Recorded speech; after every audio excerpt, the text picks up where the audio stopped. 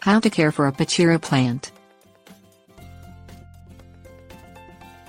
Pachira aquatica, also known by the common names money tree or plant, guiana chestnut, and saba nut, is a tropical perennial tree native to Central and South America. Thriving in wetlands and swamps, Pachira aquatica can reach 60 feet in height under optimal conditions in the wild. With its shiny green foliage and blooms on tall trunks, it has become a popular indoor plant but is also cultivated for its edible nuts. Pachira is planted as a low-maintenance tropical ornamental in gardens with warm, moist climates, good sun exposure and partial shade in summer.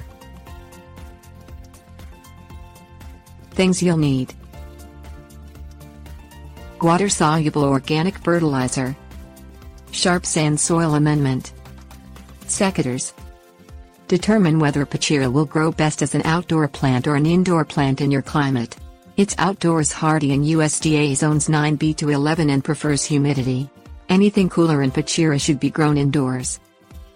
Provide a humus-rich soil that is well drained. Add a bit of sharp sand or builder's sand to increase drainage in outdoor soils that are heavy in clay. Pachira likes moisture but not for its roots to soak in water constantly, so drainage is key. If planted in a container indoors or out, make sure there are adequate drainage holes to release excess or stale water. Place Pachira in a sunny to partial shade exposure outdoors daily.